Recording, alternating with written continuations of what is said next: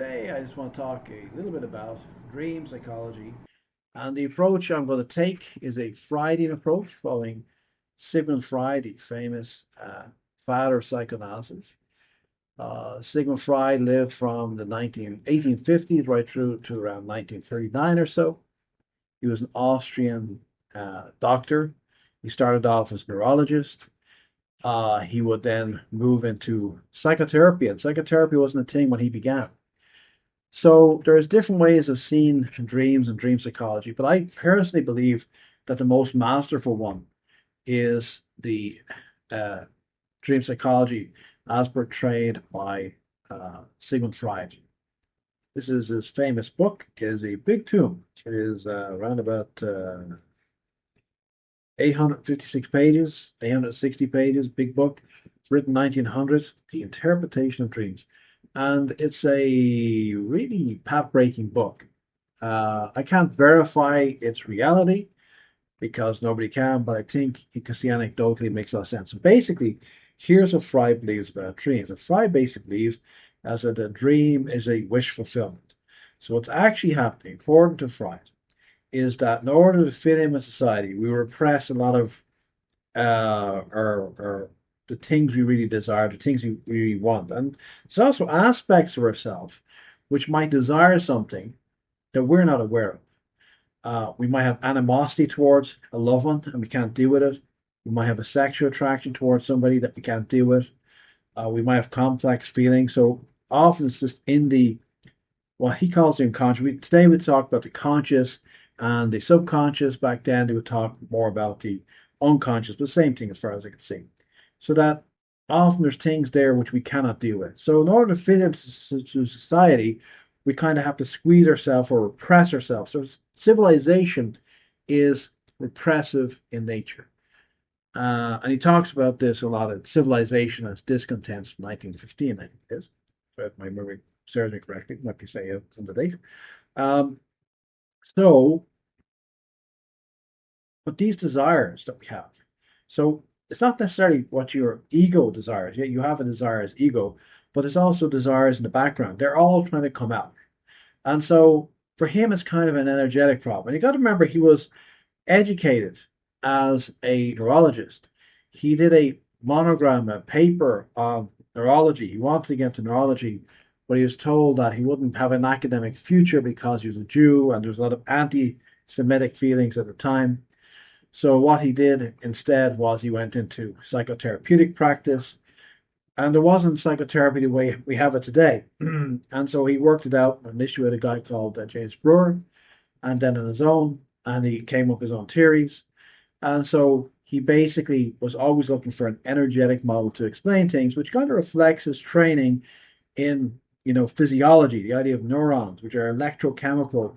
A charge goes through a neuron and then it releases dopamine and stuff like that. That message goes to another neuron. So he kind of has a mechanical approach to it.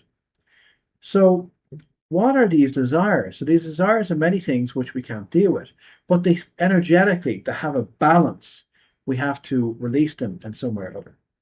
And so the dream is a wish fulfillment, and the wish has to find a way forward.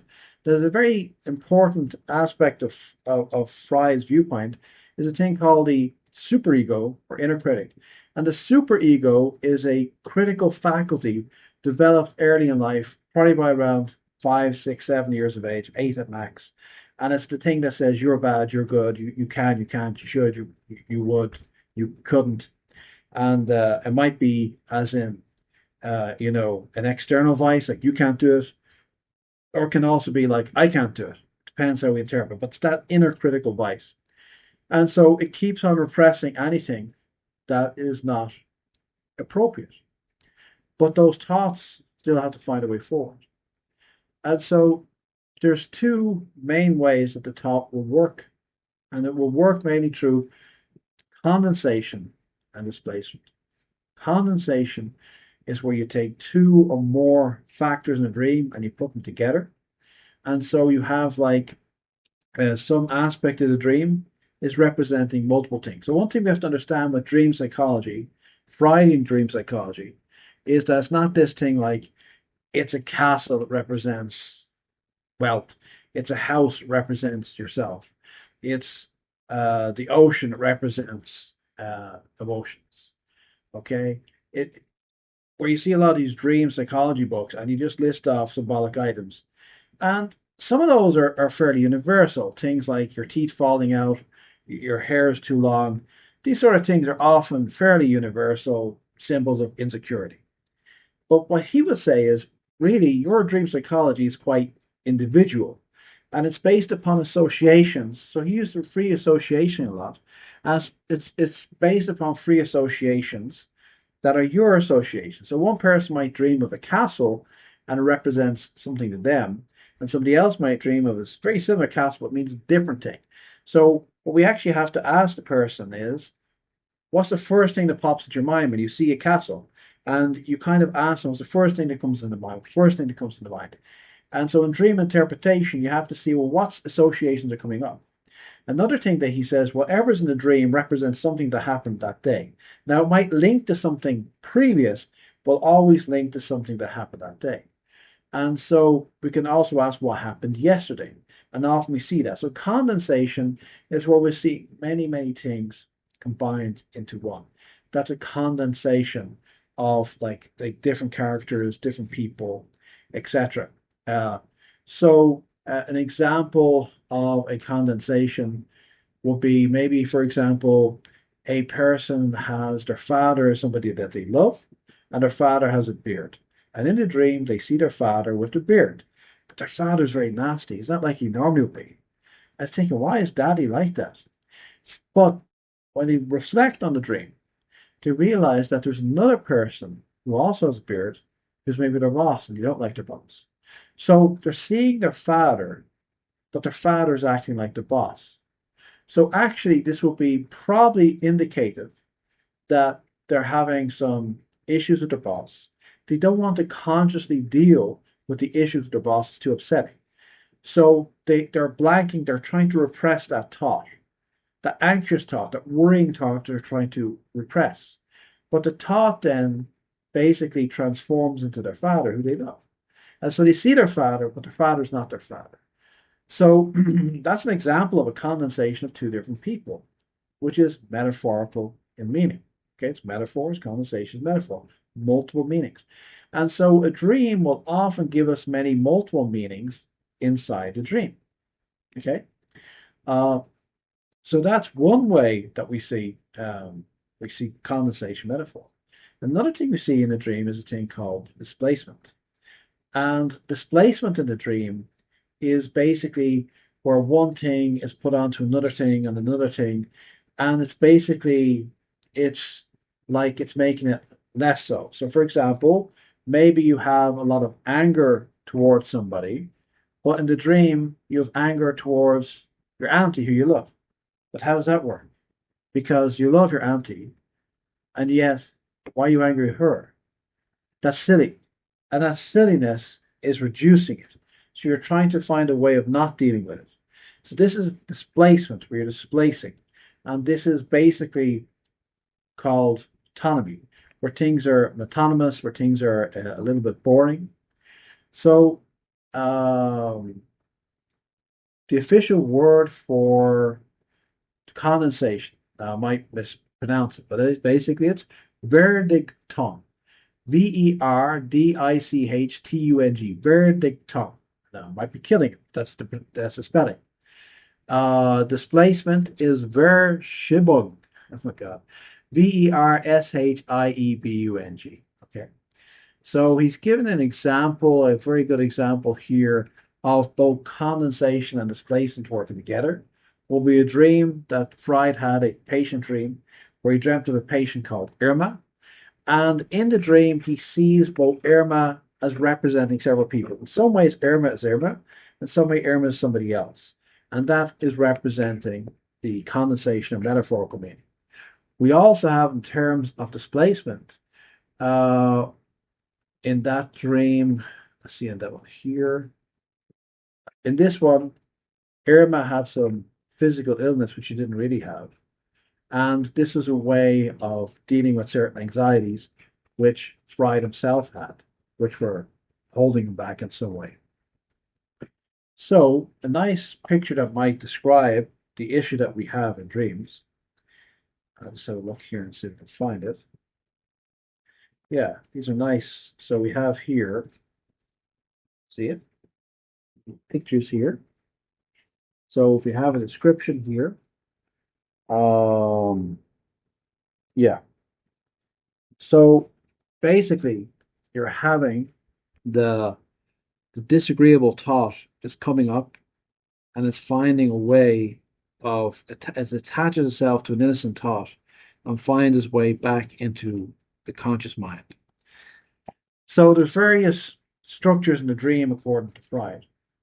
And so we have the preconscious mind, which just before wake up's preconscious mind.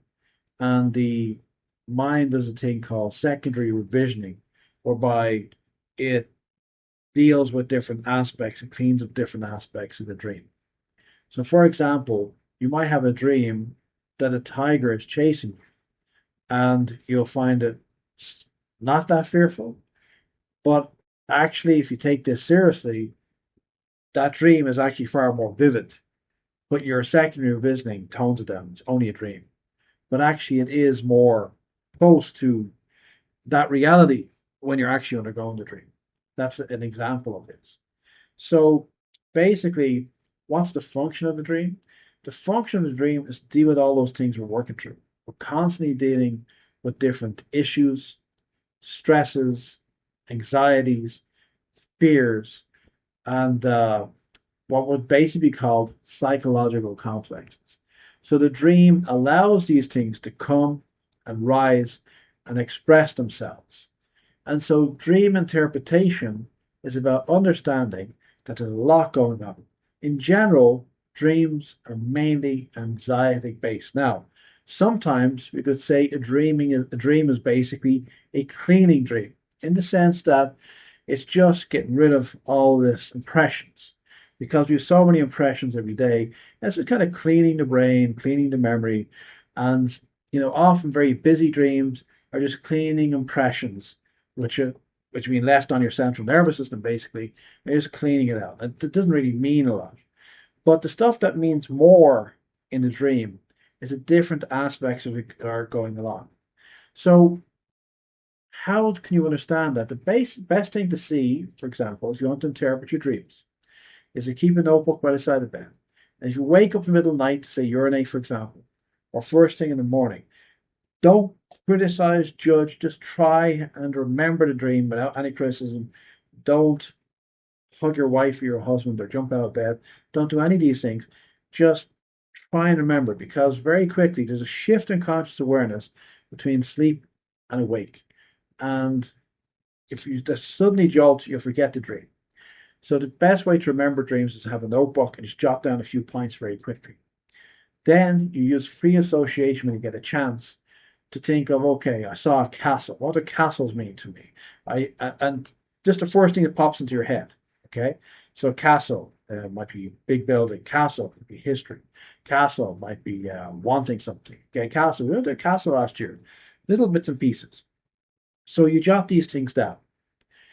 Then the next thing is to look back at what happened the day before, what happened yesterday. Often things that happened will trigger that dream. Now, there can be aspects of that dream that go back to things that happened weeks or months beforehand, but the triggering point will always be about what happened yesterday. Dreams often tend to be emotional because we're a lot more emotional, but we're repressing our emotions all the time. So, so jot down notes of what happened in the dream. Do this on a daily basis so you start remembering your dreams more. Um, do it immediately upon awaking so you don't forget it. And then when you get a chance, free associate. And then look at what happened the day before. And that will give you a beginning. If you start doing that regularly, you start seeing certain type of things that come up a lot. And in general, most of us are processing certain things. So, for example, a teenager will probably be processing their school life and their teenage issues. A 40-year-old mom will be having different issues. A 70-year-old person dealing with terminal illness will be different issues. We all have different issues to deal with, but we tend to be processing what's happening in my life now. Sometimes we'll process things that happened to us before, because a lot of what happens is quite traumatic, and we get traumatized and we can't deal with certain situations. So we might have a dream and we do a bit of an association that goes back to something that happened before. Maybe it was triggered yesterday. Say, for example, you lost your job years ago, a certain job you lost, for example, and then somebody said something about that industry yesterday, and that triggers that memory because you can never deal with that. Things that often happen to a lot of people is they've lost their job, they've lost their love, as in maybe somebody died, or maybe a relationship that failed. And usually the points of anxiety are dealing with that which we cannot understand. Like, I don't know why a marriage failed. I don't know why I couldn't make it in a certain job. I don't know why I couldn't be this very successful sports person I want to be. I don't know why my business isn't better. I don't know why I get upset so much over silly things. So it tends to be something which we cannot deal with. Because human beings, you know, we can deal to a certain degree of making sense out of our life, but there's also a point at which we cannot deal beyond that point. And we have difficulty as human beings dealing with that which we do not understand. Why? And often the case with that's often the case with dreams. Okay, so from a Freudian point of view, your dream is quite individualistic. It will have metaphorical and metonymical instances in it, which he would call condensation displacement. And so we're basically taking a lot of different things that are happening in life, a lot of different people and issues, bunging them together metaphorically, condensing them. So there's a whole bunch of things happening. And then maybe taking other things and trying to reduce the impact of that thing.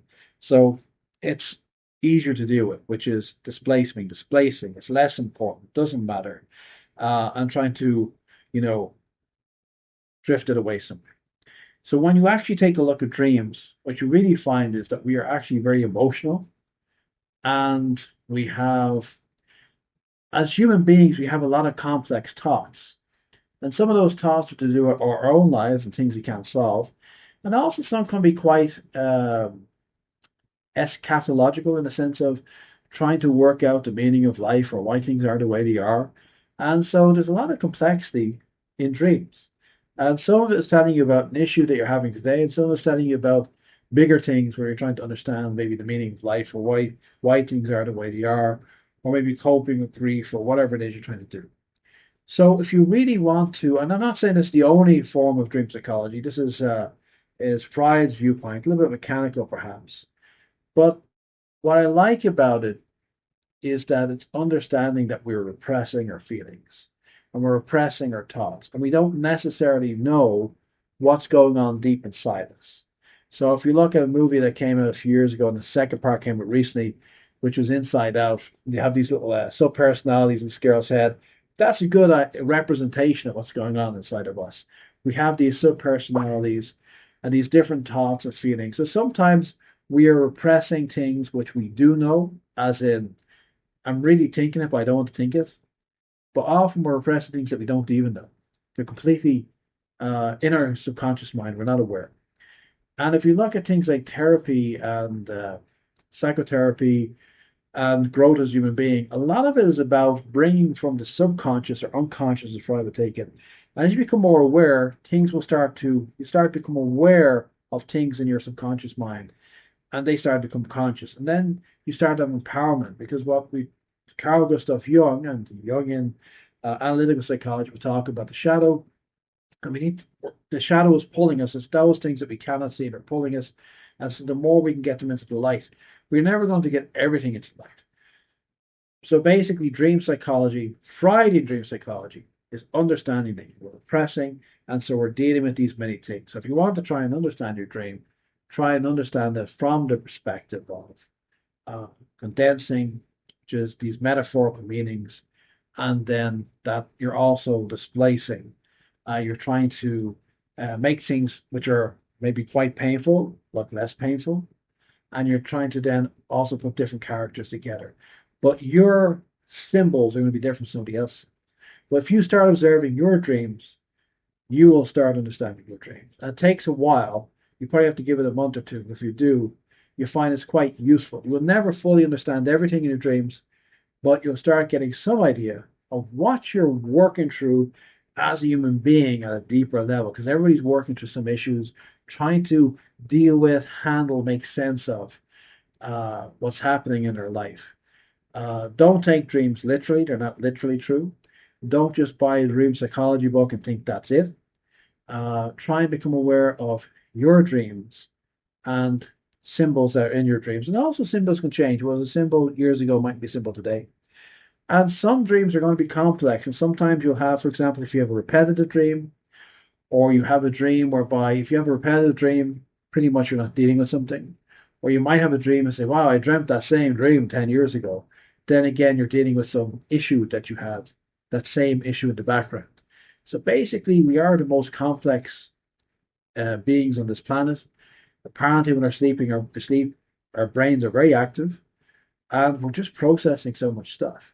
And a dream is simply a way for your brain to very quickly make sense of things and to de-stress. Because nobody can stay awake for an extended period of time without losing their mind or losing their health. So the dream is a way of detoxing the brain, decluttering the brain, letting go of all those tensions and impressions, and making sense of things. So your brain is doing a lot of work. And if you can do some dream analysis, you can get some hints as about the things that are upsetting you, intriguing you, confusing you, maybe exciting you as well. And, you know, give you some idea of what's happening in your life and maybe choices, decisions that you can make. Quite a complex subject. To read this book, this sort of stuff, you have to read these big books you really want to understand dreams. Okay. Don't just read a dream, interpretation book that just says, the castle is this and the dog is that. So hope you liked the video. Please like and subscribe if you do, and I'll talk to you next time.